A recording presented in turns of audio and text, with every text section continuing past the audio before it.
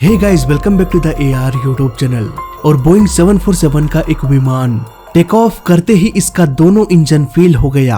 Plane में इतना भी पावर नहीं था कि वो हवा में उड़ सके। इवन बिल्डिंग के ऊपर से भी उड़ने में ये प्लेन सक्षम नहीं था। पायलट्स लाचार होकर मौत का इंतजार कर रहे थे। उधर ATC टावर भी लाचार होकर प्लेन को गिरता हुआ देख रहे थे। आखिरी वक्त में कैप्टन ने एक मैसेज टाइप किया। मैसेज अपनी बेटी के लिए लिखा कि कुछ देर में हम क्रैश होने वाले हैं। आज का दिन हो सकता है ये मेरी आखिरी दिन हो। उसकी बेटी तुरंत ही एयरपोर्ट की ओर प्रार्थना करते हुए निकल पड़ी कि मेरे पिता की रक्षा करना। वो प्लेन जिसका क्रैश होना निश्चित हो चुका था, उसके साथ हुआ एक बहुत बड़ा चमत्कार। एक ऐसा चमत्कार जिसने फिजिक्स को भी चुनौती देकर एक इम्पॉसिबल काम को पॉसिबल कर दिया। या यूं कहें कि यमराज को रास्ते में ही रोककर कहा कि अभी वक्त नहीं हुआ। क्या थी पूरी कहानी और आखिर वो चमत्कार क्या था? आइए समझते हैं पूरी कहानी आज के इस वीडियो में। 9 अगस्त 1978 इस सच्ची घटना की शुरुआत करते हैं Ellinikon international airport Athens से, जो कि ग्रीक में है। बोइंग 747 का एक जंबो जेट उड़ान की तैयारी कर रहा था। इसे एथेंस से JFK इंटरनेशनल एयरपोर्ट न्यूयॉर्क जाना था। इस यात्रा में यात्रियों की कमी नहीं थी। 400 यात्री प्लेन में सफर कर रहे थे।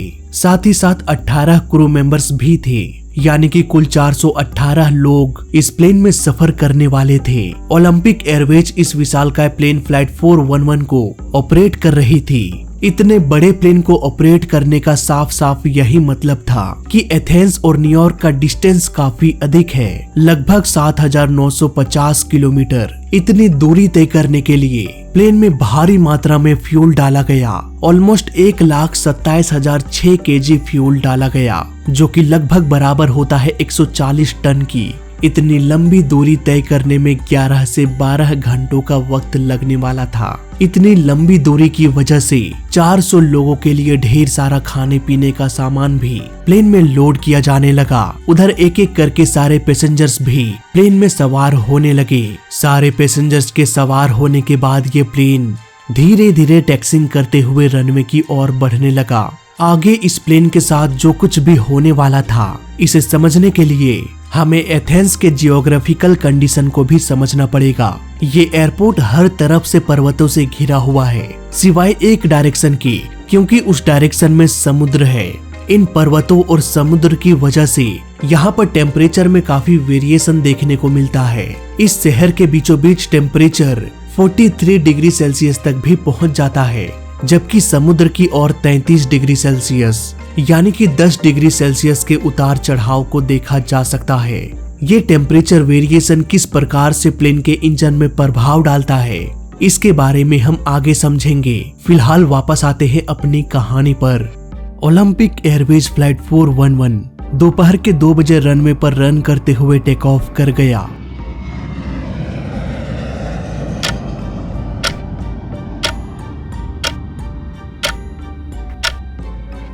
सब कुछ नॉर्मल था, लेकिन उड़ान के सिर्फ 9 सेकंड्स बाद इंजन नंबर 3 फेल हो गया। इंजन से आग की लपटें निकलने लगी। वैसे तो प्लेन में अभी अभी 3 इंजन वर्किंग कंडीशन में था, लेकिन जैसे ही इंजन नंबर 3 फेल हुआ, दोनों पायलट ने नोटिस किया कि प्लेन का स्पीड लगातार कम हो रहा है। देखते ही देखते स्पीड इतना कम हो गया कि प्लेन ऊपर जाने के बजाय धीरे धीरे नीचे गिरने लगा। पायलट ने तीनों इंजन के पावर को फुल कर दिया, फिर भी ये प्लेन नीचे गिरता रहा। पायलट समझ गए कि हमारा प्लेन क्रैश होने वाला है। अब किसी भी कीमत पर इस प्लेन को बचाया नहीं जा सकता, लेकिन वो दूसरों की जान बचा सकते थे। प्लेन को शहर से दूर ले जाकर किसी तरह से घरों से बचते बचाते प्लेन को नोज को थोड़ा सा ऊपर कर दिया, ताकि प्लेन को थोड़ा ही सही पर लिफ्ट मिल सके।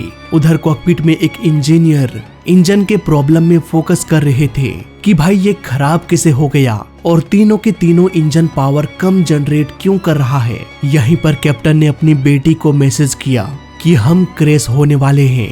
ATC भी लगातार फ्लाइट 411 से संपर्क बनाए हुए थे, लेकिन वो भी लाचार होकर बस देख सकते थे प्लेन को क्रैश होते हुए। शुरुआत में तो ये प्लेन ऊपर की ओर उड़ा, लेकिन धीरे धीरे इसका एल्टीट्यूड इतना कम हो गया कि एटीसी को टावर से भी दिखाई नहीं देने लगा। अब वो भी समझ गए कि ये प्लेन क्रैश हो गया। प्लेन को अब कोई चमत्कार ही बचा सकता था और ठीक इसी समय हुआ एक चमत्कार। अचानक से गिरते हुए प्लेन में मानो जान आ गई और एक बार फिर से ये ऊपर की ओर उड़ने लगा। एटीसी की भी जान में जान आई। यहाँ पर हवाओं का रुख बदला और हवा प्लेन के हेड की ओर बहने लगी। इससे प्लेन को थोड़ा सा लिफ्ट मिला और इसका फायदा उठाया दोनों पायलट्स ने। प्लेन के सामने एक 1500 फीट का पर्वत था, इसलिए जल्द से जल्द इस प्लेन को समुद्र की ओर मोड़ा गया। इसी दौरान समय समय पर पायलट प्लेन के नोज को नीचे और ऊपर कर रहे थे। ऐसा बस इसीलिए किया जा रहा था क्योंकि प्लेन का नोज अगर नीचे चला जाए तो प्लेन ग्रेविटी की वजह से तेजी से नीचे की ओर गिरने लगेगा, जिसकी वजह से प्लेन का स्पीड भी बढ़ेगा। इस स्पीड का इस्तेमाल करके वापस से प्लेन के नोज को ऊपर उठाकर प्लेन में लिफ्ट प्रोवाइड किया जा सकता है। इसी टेक्निक का इस्तेमाल करते हुए फ्लाइट 411 समुद्र की ओर निकल पड़ा, जहाँ ना तो कोई घर था, ना सड़कें और ना ही कोई पॉपुलेशन। यहाँ अगर प्लेन क्रैश भी हो जाए तो किसी दूसरे लोगों की जान तो नहीं जाएगी। इसी दौरान पायलट ने सोचा कि प्लेन के टैंक में जो भारी मात्रा में फ्यूल भरा हुआ है उसे यहीं पर गिरा देना चाहिए ताकि प्लेन का वजन हल्का हो सके। प्लेन जितना हल्का होगा उसे उतने ही कम पावर में उड़ाया जा सकता है। अब फ्यूल डंपिंग का प्रोसेस शुरू हो गया, जिसकी वजह से प्लेन और भी हल्का हो गया, इतना हल्का कि ये आराम से उड़ने में सक्षम हो गया। इसके बाद पायलट ने प्लेन को मोड़कर उसी एयरपोर्ट की ओर चल पड़े जहां से वो टेक ऑफ किया था। इसके बाद ये प्लेन धीरे धीरे सुरक्षित लैंड कर गया। सभी लोगों की जान बच गई। हैरानी की बात ये थी कि इतना बड़ा हादसा होते होते टल गया। इसके बावजूद भी कैप्टन ने उस दिन शाम को फिर से बोइंग 747 को लेकर टेक ऑफ किया और रोज की तरह अपनी ड्यूटी में लग गए। उसकी बेटी की मनोकामना पूरी हो गई। उधर फ्लाइट 411 के इतने सारे मिस्ट्रीज थे कि इसका इन्वेस्टिगेशन होना बहुत जरूरी हो गया, लेकिन इसे इग्नोर कर दिया गया क्योंकि इस हादसे में सभी लोगों की जान बच गई, किसी की भी जान नहीं गई। इसलिए कोई भी इन्वेस्टिगेशन नहीं किया गया। और ये एक सच्चाई भी है कि किसी भी यात्री या जनता को किसी को कुछ भी लेना देना नहीं है, क्योंकि भाई जान बच गई और क्या चाहिए। ऐसे केस में गवर्नमेंट भी इन्वेस्टिगेशन नहीं कराती क्योंकि इसमें खर्चा बहुत है। सालों तक इन्वेस्टिगेशन चलेगा, सबको पेमेंट भी करना पड़ेगा। इतना करने के बाद गवर्नमेंट को कुछ फायदा नहीं होगा क्योंकि लोगों का इंटरेस्ट इसमें है ही नहीं। अब क्योंकि लोगों का इंटरेस्ट नहीं है, इसलिए वो इसका इस्तेमाल करके अगली बार वोट भी नहीं मांग सकता। खैर, इस प्लेन के दोनों ब्लैक बॉक्स को बोइंग कंपनी को सौंप दिया गया क्योंकि वो देखना चाहते थे कि हमारे प्लेन में खराबी कहाँ थी। जब बोइंग ने अपने रिपोर्ट को पब्लिश किया तब लोगों का ध्यान इस केस में चला गया। बोइंग ने फिर से पूरे हादसे को सिमुलेशन में दोहराया। इस प्रोसेस को आसान भाषा में समझे तो एक रियल लाइफ सिमुलेशन होता है जिसे बिल्कुल असल दुनिया की तरह बनाया जाता है। यहाँ भी पेड़ पौधे सड़क बिल्डिंग दिख जाएगी बिल्कुल रियल लाइफ की तरह, और इस सिमुलेशन में फिजिक्स भी बिल्कुल रियल लाइफ की तरह होती है। जो नए पायलट्स होते हैं उन्हें इसी तरह के सिमुलेशन में प्लेन को उड़ाने दिया जाता है ताकि वो खुद को ट्रेंड कर सके। फ्लाइट 411 के ब्लैक बॉक्स में सब कुछ रिकॉर्ड था कि प्लेन कितने बज के कितने सेकंड में किस डायरेक्शन में मुड़ा, कितना डिग्री के एंगल में मुड़ा, पायलट्स ने कौन कौन से कंट्रोल का इस्तेमाल किया और बहुत सारे डेटा को ये स्टोर कर लेता है।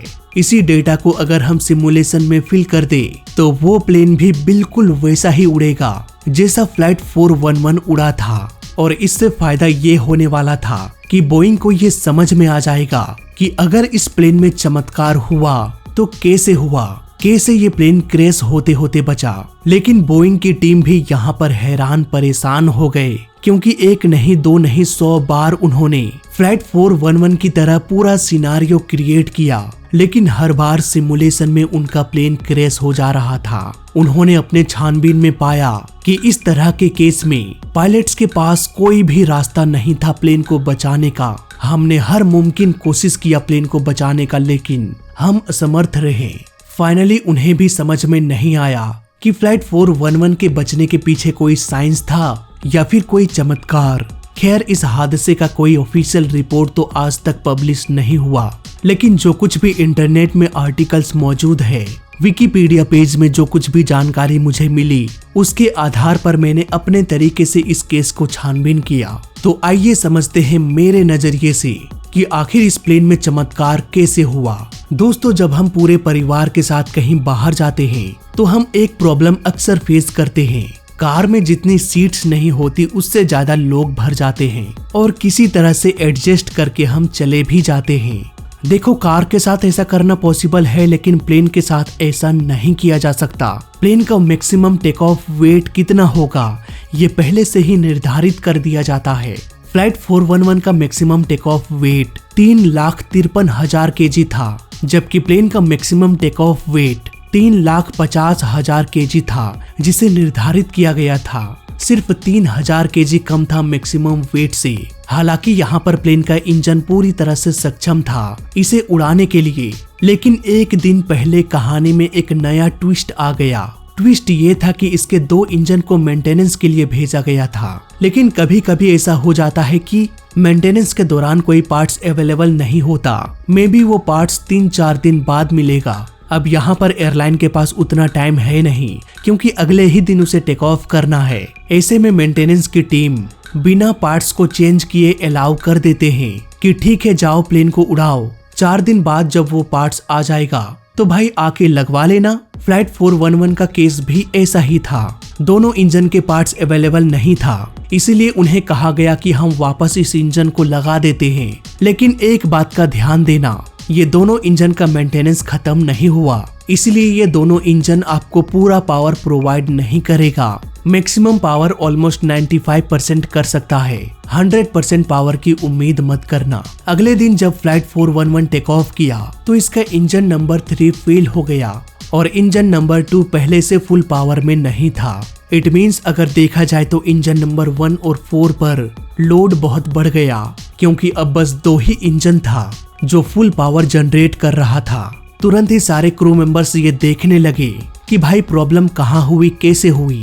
ऐसे में एक क्रू मेंबर ने वाटर इंजेक्टर पंप को ऑफ कर दिया और पूरी गड़बड़ी की शुरुआत यहीं पर हुई। इसे थोड़ा हम आसान भाषा में समझते हैं। देखो, शुरुआती दौर के प्लेन्स में बहुत दिक्कत होती थी। दिक्कत ये कि भाई बड़े प्लेन को अधिक पावर चाहिए और अधिक पावर के लिए इंजन के कोर में अधिक फ्यूल सप्लाई करना पड़ेगा। इंजन का कोर बोले तो वो हिस्सा जहाँ पर फ्यूल बर्न होता है, यहाँ पर भी टेम्परेचर की लिमिट होती है। अगर अधिक फ्यूल सप्लाई करोगे तो कोर का टेम्परेचर बहुत बढ़ जाएगा, इतना बढ़ जाएगा कि इंजन भी फेल हो सकता है। फ्लाइट 411 बहुत पुराना प्लेन था, इसलिए इसके इंजन के कोर को ठंडा करने के लिए एक पुराने टेक्नोलॉजी का इस्तेमाल किया जाता था, जिसे वाटर इंजेक्टर कहा जाता है। इसमें वाटर ग्लाइकोल इंजन के कोर में ट्रांसफर किया जाता है ताकि इंजन ठंडा हो सके। वैसे ये टेक्नोलॉजी पुराना तो था, लेकिन काम बड़े अच्छे तरीके से करता था। इसका इस्तेमाल करके इंजन के पावर को सिर्फ 100% नहीं बल्कि 110% तक भी ले जाया जा सकता था बिना किसी दिक्कत के। लेकिन जैसे ही फ्लाइट 411 का इंजन नंबर 3 फेल हुआ, गलती से किसी क्रू मेंबर ने वाटर इंजेक्टर को ऑफ कर दिया जो इंजन के कोर को ठंडा रखे हुए था। इट मीन्स इंजन नंबर 3 तो फेल हो गया। इंजन नंबर 2 तो पहले से ही पावर कम दे रहा है अंडर मेंटेनेंस की वजह से। बाकी बचा सिर्फ 2 इंजन जो कि फुल पावर पर तो था, लेकिन वाटर इंजेक्टर के ऑफ हो जाने की वजह से ये दोनों भी 100% पावर जनरेट नहीं कर पा रहे थे। ऊपर से एयरपोर्ट का टेम्परेचर भी 42 डिग्री सेल्सियस था। कुल मिला के कहा जाए तो टेक ऑफ के सिर्फ 9 सेकेंड्स बाद ही प्लेन में एक भी इंजन ऐसा नहीं बचा जो मैक्सिमम पावर जनरेट कर रहा हो। हालांकि किसी तरह से ये टेक ऑफ तो कर गया, लेकिन लो स्पीड की वजह से ये प्लेन ये ऊपर की ओर उठ नहीं पाने लगा। यहाँ पर एक समस्या और आ गई कि प्लेन के ठीक आगे 1,500 फीट का पर्वत था। किसी भी कीमत पर वो प्लेन पर्वत को पार नहीं कर सकता था। इसलिए पायलट ने यहाँ पर एक टेक्निक का इस्तेमाल किया, नोज को नीचे करना फिर ऊपर करना, ताकि नीचे गिरते समय प्लेन का स्पीड बढ़ जाए और इसी स्पीड का इस्तेमाल करके वापस से प्लेन के नोज को ऊपर करके प्लेन को उड़ाया जा सके। इसी तरह से करते करते ये प्लेन धरती के बहुत करीब आ गया, इतना करीब कि इस प्लेन के विंग की जो लंबाई है ये प्लेन धरती से उतना भी ऊपर नहीं उड़ रहा था। इतने नीचे उड़ने से फ्लाइट 411 को फायदा ये हुआ कि हवा धरती से टकराकर प्लेन को ऊपर की ओर धकेल रही थी, जिससे थोड़ा बहुत लिफ्ट भी बढ़ रहा था। मतलब कि प्लेन गिरने को था लेकिन गिर नहीं रहा था। इसके बाद हवा का डायरेक्शन भी बदला, जिससे प्लेन को सही समय पर थोड़ा और लिफ्ट मिला। इतना सब कुछ होने के बाद भी ये प्लेन घनी आबादी के ऊपर से उड़ रहा था। बड़े बड़े जो बिल्डिंग्स थे ये उसके ऊपर से भी उड़ पाने में असमर्थ हो गया। अब यहीं पर हुआ वो चमत्कार जिसने असल मायने में प्लेन को बचाने में बहुत बड़ा योगदान दिया। जैसा कि मैंने वीडियो के शुरुआत में ही कहा कि एयरपोर्ट में टेम्परेचर में बहुत उतार चढ़ाव था। एयरपोर्ट में 42 डिग्री सेल्सियस, वहीं एयरपोर्ट से दूर 32 डिग्री सेल्सियस। इसके अलावा हमने ये भी देखा कि वाटर इंजेक्टर के ऑफ हो जाने के बाद प्लेन के इंजन का कोर ओवरहीट होने लगा। लेकिन जैसे ही ये प्लेन सिटी से दूर समुद्र की ओर जाने लगा, टेम्परेचर 10 डिग्री कम हो गया, यानी कि इंजन का कोर थोड़ा और ठंडा हो गया, जिसकी वजह से प्लेन का दोनों इंजन थोड़ा और पावर जनरेट करने में सक्षम हो गया। यहाँ पर प्लेन जो गिरने वाला था वो अब गिरते गिरते उड़ने लगा और प्लेन पूरे कंट्रोल में आ गया। यहाँ पर पायलट ने इत्मीनान से राहत की सांस ली और ये देखने लगे कि हमने कहीं कोई गड़बड़ी तो नहीं कर दी। उन्होंने देखा कि वाटर इंजेक्टर का जो स्विच था वो ऑफ था। फटाफट उन्होंने इसे ऑन किया। अब इंजन का पावर और बढ़ गया। अब बारी थी इस प्लेन को सुरक्षित लैंड कराने की। इसके लिए उन्हें फ्यूल को डंप करना था, मतलब कि फ्यूल को हवा में ही गिरा देना। इसके पीछे भी एक छोटी सी वजह है। सपोज 100 टन का एक प्लेन टेक ऑफ किया तो इस प्लेन को 100 टन के साथ लैंड नहीं कराया जा सकता। प्लेन के वजन को 5-10 टन कम करना पड़ेगा। इसलिए पायलट ने फ्यूल को हवा में ही गिरा दिया ताकि प्लेन का वजन हल्का हो सके। इसके बाद इस प्लेन को धीरे धीरे सुरक्षित लैंड करा दिया गया। तो ये थी कहानी फ्लाइट 411 की। बात करें इसके वाटर इंजेक्टर सिस्टम की, तो आज के दौर में इसका इस्तेमाल नहीं किया जाता। इस इंजेक्टर में फ्लाइट क्रू खुद टेम्परेचर के अनुसार ये कैलकुलेट करते थे कि अगर टेम्परेचर इतना है तो इंजन कितना पावर जनरेट करेगा। वैसे भी जगह जगह के अनुसार टेम्परेचर चेंज होती रहती है। तो क्या पायलट के पास और काम नहीं है कि वो हर 10 किलोमीटर दूर जाकर फिर से टेम्परेचर को कैलकुलेट करे? खैर ये तो पुरानी टेक्नोलॉजी थी, इसे हटाकर FADEC इंस्टॉल किया गया, जिसका मतलब होता है full authority digital engine control, जो पल पल इंजन के टेम्परेचर के उतार चढ़ाव को मैनेज करता रहता है। कुल मिला के कहें तो आज के दौर का प्लेन के इंजन बहुत एडवांस हो चुका है। दुनिया में अगर कोई सबसे सुरक्षित माध्यम है तो वो प्लेन ही है। फिलहाल इस केस स्टडी में अभी तक के लिए बस इतना ही। मैं मिलता हूँ आपसे अगले वीडियो में। तब तक के लिए वीडियो अच्छा लगा तो लाइक कर देना, बुरा लगा तो डिसलाइक कर देना, और दोनों ही केस में इस चैनल को सब्सक्राइब कर देना, क्योंकि इस चैनल में सीखने के लिए बहुत कुछ है। तो मैं मिलता हूँ आपसे अगले वीडियो में। तब तक के लिए देखते रहिए और सीखते रहिए। जय हिंद, वंदे मातरम।